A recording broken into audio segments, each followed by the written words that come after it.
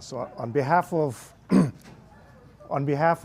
Ed Sniffer, our director, he wishes it could be here.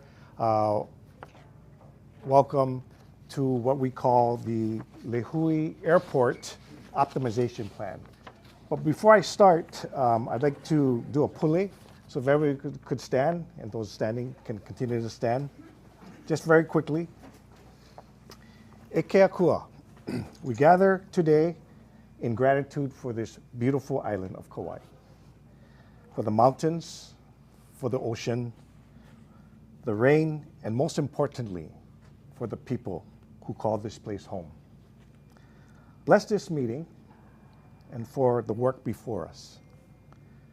Give us clarity of thought, patience in listening, and humility in speaking.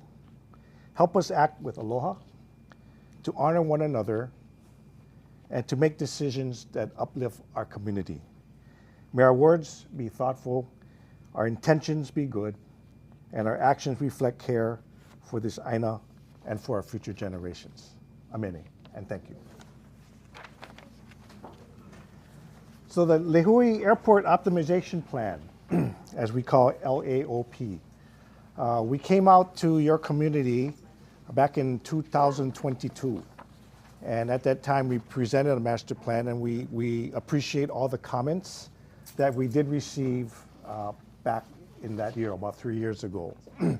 And so what we did is to revisit it. What your community asked, what you asked was for a more focused and practical approach to respect the values of your culture and of the island. And so that's what we did. We retooled, our team went back, and so we heard it loud and clear. The LAOP cannot be about expansion. It cannot be about increasing capacity. We heard that loud. And so what we're focusing on today is what we'll see, and you have some boards here, and we'll have a short presentation. You're going to see us focusing on safety, because that's first and foremost for the state and for Department of Transportation. Safety is number one. No question about it, whether it's on the airfield or in the terminals. We obviously want to make it operationally efficient, right? Our expectations is we get to the airport, you get through the lines, you check in, and the plane leaves on time, and when you get to your destination, the bag's got to be there, right? Efficiency is the name of the game in our airport system. Environmental sustainability, of course, as we go through our construction, very sensitive to those things.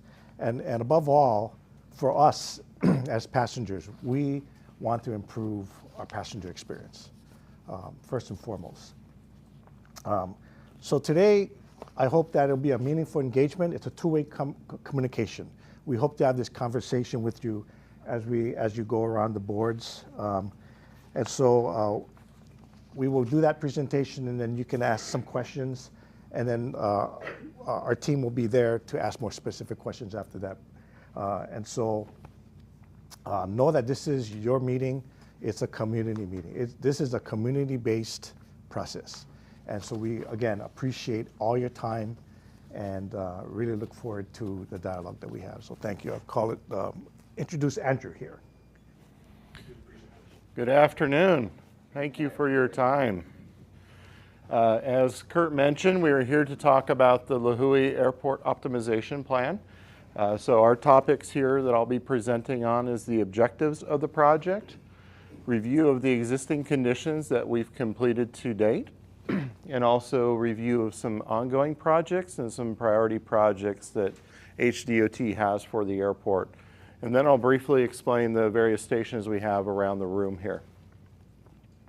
In terms of project objectives, as Kurt mentioned, we are looking to enhance the safety, efficiency, environmental sustainability, and also the passenger experience of the airport. We're looking to provide a plan that accommodates our current demand. As Kurt mentioned, we're not seeking to expand, but the facility is bursting at the seams with the current demand here today.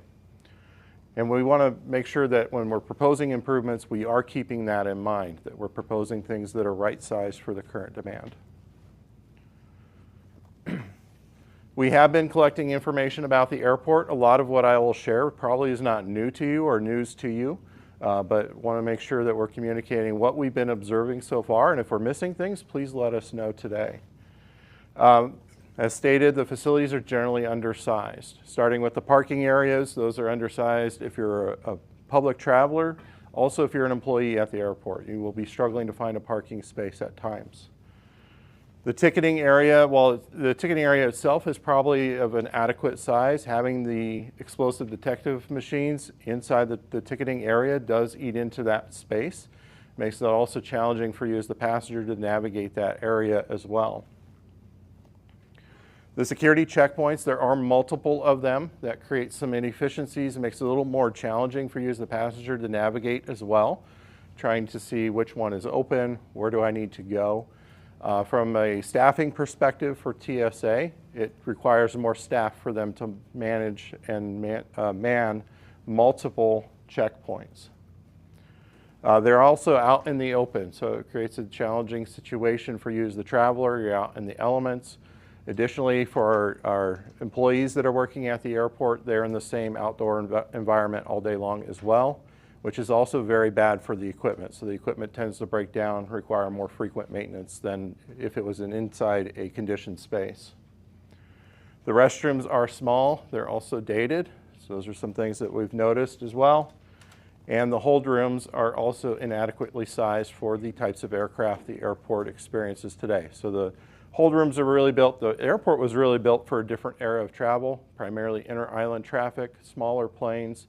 Now we have trans-Pacific flights. Even our inter-island flights are on bigger aircraft. So when we have two of these aircrafts next to each other, the number of passengers that they accommodate exceeds the capacity of the hold rooms. And the concessions are limited. I heard some conversation out in the gallery area there. Particularly a challenge on delayed or impacted flights late at night. The concession space is not available, closed down, so those are some of the challenges we've heard to date. Generally speaking, the terminal could use some modernization. I'm sure many of you traveled to other airports. It is an older facility here. The fit and finishes, the open space areas, not quite the same as what we see in other airports. Some of it is nice and some of it does need some enhancements as well. All the gates should have a passenger boarding bridge. This makes it a better traveling experience. It's a safer environment. What we have on gate 10A is a ground loading operation, is what we refer to it as. As the name implies, you need to go out onto the tarmac, walk across the tarmac to get to your plane, and then walk upstairs. It's not as accessible as it could be, puts you out in the open air environment, and also it requires more people to manage that and make sure everyone is traveling safely. Kind of tied in with what I was talking about earlier, some of the architectural enhancement, but also just modernization. We have a lot of devices with us today. We certainly have more people and devices than the hold room can accommodate. So enhancing the facility in terms of putting some modern amenities in there as well. And the baggage handling system. So part of it is to look to remove the explosive machine out of the ticketing lobby, put it behind the secured area where it really frankly belongs, but also just some general enhancements to the baggage handling system. A couple other challenges with the airport as it is today. The general aviation area, so the private aircraft that come in and out, there really is no more space available. All the land that's over there is currently leased or in negotiations to be leased. This creates some challenges with some of the aircraft that are there. We have some helicopter traffic mixed in with that. Not inherently unsafe, but ideally we would have those types of operations separated. So all the helicopters in one area, all the fixed wing aircraft in one area. It's a more efficient operation overall. So that's a high level. I'm sure there's more. Please let us know anything else that's on your mind. But in terms of ongoing projects, there are several things happening at the airport today. Some of it you can see, some of it is behind the scenes right now. In preliminary design is the baggage handling system upgrade. So again, taking that explosive detective machine out of the ticketing area, putting it behind closed doors, and some other enhancements. Additional employee parking is underway right now. As some of the construction you see out at the airport right now is to enhance and expand that lot, so we have some more space for our employees to park at the airport. Coming soon, you will start to see some activity on the curb front roadway right in front of the terminal. That will be some enhancements for the crosswalk safety systems, having actual stoplights that work, and some other enhancements as well, which I think is going to be an added benefit. Also looking, and this is in the design phase, to reconfigure where the rental car shuttles pick up. As you probably are aware, every rental car shuttle company pretty much has their own shuttle bus that they use. And of course, not everyone rents from the same company, so there's just not enough space to park everyone there to pick up the flood of passengers from the aircraft. In early design negotiations is the apron expansion. This serves two purposes. One is to allow some additional space to park an aircraft to stay overnight. So those morning push of flights out, we have additional capacity for that morning push of flights to hit your connections to other places or to get on to Oahu and start your day over there for business or what have you. The other benefit of that is when you come in, your gate is occupied or it's down for maintenance. Air traffic really doesn't have anywhere to put those airplanes, so this provides a nice little apron for that aircraft to sit while that gate becomes available. And very importantly, there is ongoing coordination with the airport and the other county agencies that will continue to occur. With that, understanding there are some challenges with the airport, there are some projects that are high priority for DOT, and that's really, you'll see these are really targeting what we were highlighting as some of the challenges to date. So first is the expansion of the hold room facilities. You can think of this very similar to what was done at Maui, just connecting the hold rooms, enclosing the space, air conditioning it, enhancing the seating capacity so that we can actually have seats for everyone in an air-conditioned space. You're not sitting out in the hallway or anything like that while you're waiting for your plane. From a TSA, a couple of things with this. One is some consolidation of the checkpoints, so going from 3 to 2 checkpoints for the public to use. There is about enough lanes of checkpoints today. Again, there's just some challenges with the staffing, challenges with the equipment, and obviously challenges to navigate. So looking to consolidate from 3 to 2, focusing really on that consolidation in the central or middle one. And then the one on the right will become an all-worker screening. There's upcoming regulations that will require that all the workers working inside the terminal go through screening. So having a dedicated access point for them so they're not impacting the other travelers. The one on the left of the screen here would be available in peak periods or supplemental, as if equipment does happen to break, we have another place for people to be screened. With that, obviously we need to make that area in the center a little bigger. In addition to making it a little bigger to accommodate that consolidation, we would be seeking to enclose that space, air condition it, add some space behind the checkpoint for you to recompose yourself, get your shoes back on, belt back on, your bag repacked. So that's part of what this project seeks to accomplish. Talking again about the Gate 10A, again, would really be best from a passenger experience, safety, and also accessibility to have a loading bridge there. So that's, whoa, not what's on the screen, sorry about that. So adding a loading bridge, but also expanding that hold room area to be able to accommodate 3 aircraft in that spot, which currently there are 3 aircraft there today, but obviously that hold room is very small for that. You end up sitting outside, not able to sit in the air-conditioned hold room. Now we can talk about this. So the other big project here is to consolidate all the rental car operations. Shown on the slide in the light green are the various places where the rental cars currently occupy, whether that be storage or their actual facilities where you're picking up the cars. Taking all those places and putting them into the purple outlined area. It's about the same amount of size, about 33 acres in that new purple area, and that's approximately what all those spaces that are scattered around occupy as well. There are some advantages to doing this. One of them is helping ease some of the congestion, not only on the airport loop roadway system, but also on the public highway as well. With this project, there will be a consolidated shuttle operation with electric buses. So not every rental car company will have their own individual shuttle bus. It'll be one consolidated operation. Another advantage with this is we're able to free up some land. I'll talk about what we can do with that in a moment. When we're talking about this consolidated rental car facility, or CONRAC as you may have heard them called, we are talking about an at-grade facility, so nothing like we've seen at Honolulu or Maui. We're talking about surface parking like what's outside here. You might see some shade structures over top of those. Could be an opportunity for some solar on top of that as well. One consolidated building for the customer counters to have the interaction with the rental car company. That would be the building. This is an example of kind of what we're thinking. Not exactly this, obviously, but this is the type of structures we're talking about. One-story buildings, some canopies perhaps. So some benefits, it does free up space. Again, I'll get to that in just one moment. It has the opportunity to consolidate all the car washing facilities. We have the opportunity for some EV charging stations here as well. Allows for expansion of that land area for public parking. Cell phone lot would be nice to get it off the road. Have a nice dedicated cell phone lot.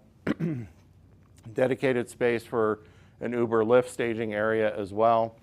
Our potential options there. Again, I have one more slide on that. It does support economic growth of the area. It does support workforce development and just having workforce here. And it does support DOT sustainability goals as well with the electric shuttle operations.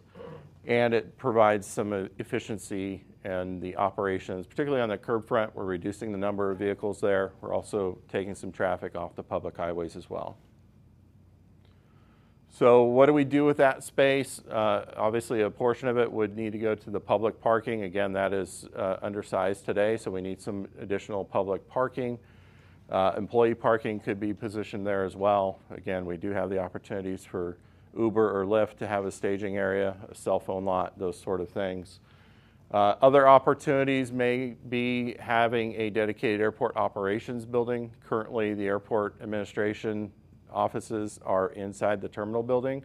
So taking those out of that could free up some of that terminal space for something else, which could be useful. You could have an emergency operations center there. It doesn't have to be inside the terminal. That could be a little bit outside of the terminal. There's some other functions that are happening around the airport as well that don't need to be where they are. So this gives them opportunity to free up some of those other spaces. USDA has a lab, for example, inside the cargo building. If we can put that into this new freed up space, that would free up some of the cargo building for actual cargo use. Potential maybe for a gas station to support the community. Also, last one there with the asterisks behind it is the hotel. And the intention behind this is for those impacted flights. So if you're a traveler, your flight is delayed and you have nowhere to stay at night, that would be the intention behind this hotel, is to provide that mechanism for someone to stay in a comfortable place. Last project is to do some realignment in front of the terminal building, taking all the commercial operators, so think Uber, Lyft, taxis, shuttle buses. The rental car shuttle bus also would operate off this curb. What that does is, again, it alleviates some of the traffic on the curb front road right in front of the terminal where you're dropping off, picking up passengers.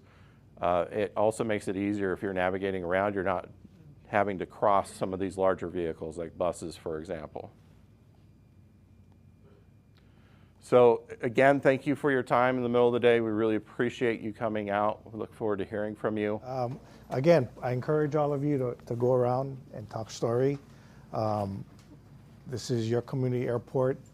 It processes 1.8 million passenger enplanements every year. Roughly 17,000 to 18,000 flights. 2/3 of them are inter-island. So it's locals. It's your shuttle bus, right? And so when we look at this, we're keeping all those statistics in mind, who we're actually serving. So please, thank you for, again, attending, and get up and roam and ask questions. That's what we're here for. Thank you very much.